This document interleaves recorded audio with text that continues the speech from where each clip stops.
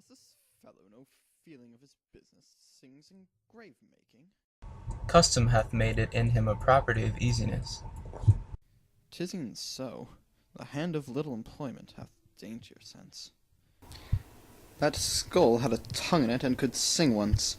How the knave jowls it to the ground as if 'twere Cain's jawbone that did the first murder. This might be the pate of a politician, which this ass now o'erreaches, one that would circumvent God, might it not? It might, my lord. Or of a courtier, which could say, Good morrow, sweet lord. How dost thou, sweet lord? This might be my lord such a one that praised my lord, such a one's horse when a meant to beg it, might it not? Ay, my lord. Why, e'en so. And now my lady worms chapless, and knocked about the mazzard with a sexton's spade. Here's a fine revolution, and we had the trick deceit. See, these bones cost no more the breeding but to play at loggats with them? Mine ache to think on it. There's another.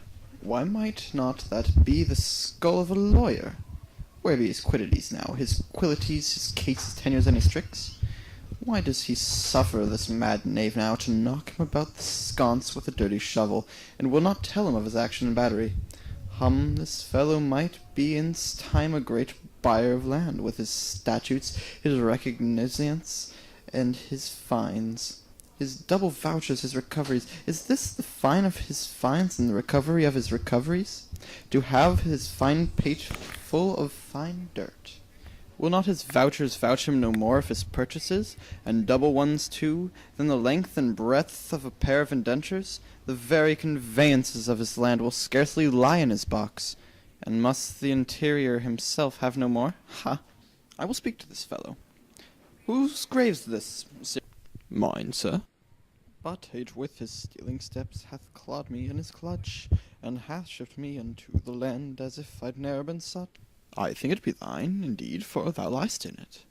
You lie out on't, sir, therefore it is not yours. For my part, I don't lie on't it.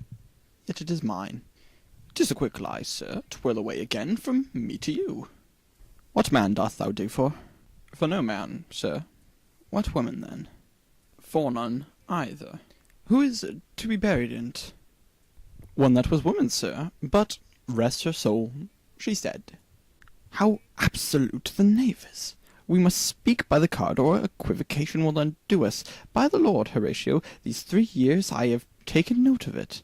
The age is grown so picked that the toe of the peasant comes so near the heel of the courtier.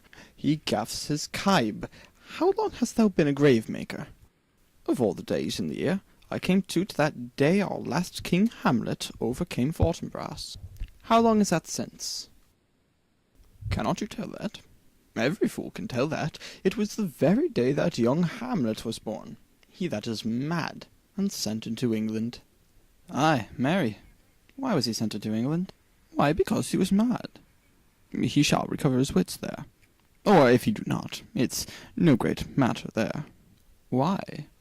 'Twill not be seen in him there. There the men are as mad as he. How came he mad? Very strangely, they say. How strangely?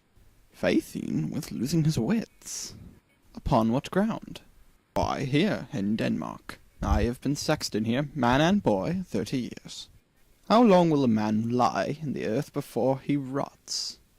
I'faith, if he be not rotten before he die, as we have many pocky corpses nowadays, that will scarce hold the laying in, he will last you some 8 year or 9 year. A tanner will last you 9 year. Why he more than another? Why, sir, his hide is so tanned with his trade that he will keep water out a great while, and your water is a sore decay of your whoreson dead body. Here's the skull now. The skull has laid in the earth 23 years. Whose was it? Whoreson mad fellow's it was. Whose do you think it was? Nay, I know not. A pestilence on him for a mad rogue. A poured o'er flagon of Rhenish on my head once. This same skull, sir, was Yorick's skull, the king's jester. This? E'en that. Let me see. Alas, poor Yorick. I knew him, Horatio, a fellow of infinite jest and most excellent fancy. He hath borne me on his back 1,000 times, and now how bored in my imagination it is. My gorge rims at it. Here hung those lips that I have kissed, I know not how oft. Where be your jibes now? Your gambols, your songs, your flashes of merriment that were wont to set the table on a roar? Not one now, to mock your own grinning? Quite chap-fallen? Now get you to my lady's chamber, and tell her let her paint an inch thick. To this favour she must come. Make her laugh at that. Prithee, Horatio, tell me one thing. What's that, my lord? Dost thou think Alexander looked o' this fashion I' the earth? E'en so. And smelt so? Pugh! To what base uses we may return, Horatio. Why may not imagination trace the noble dust of Alexander till he find it stopping a bunghole?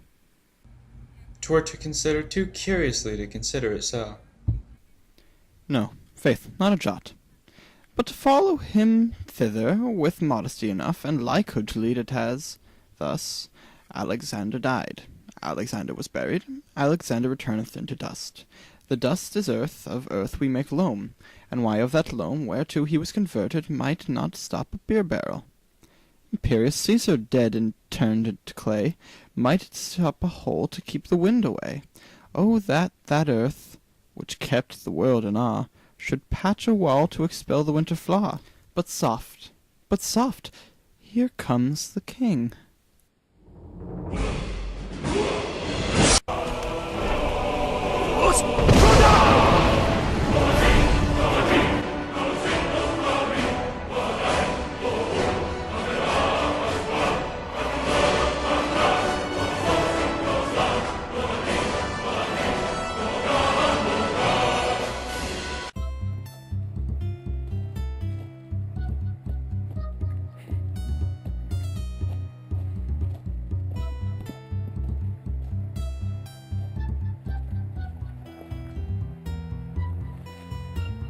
Wait, Jordan, no.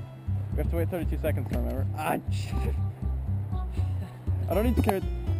But I thought I was just doing a turn around. No, I need to say something that makes sense.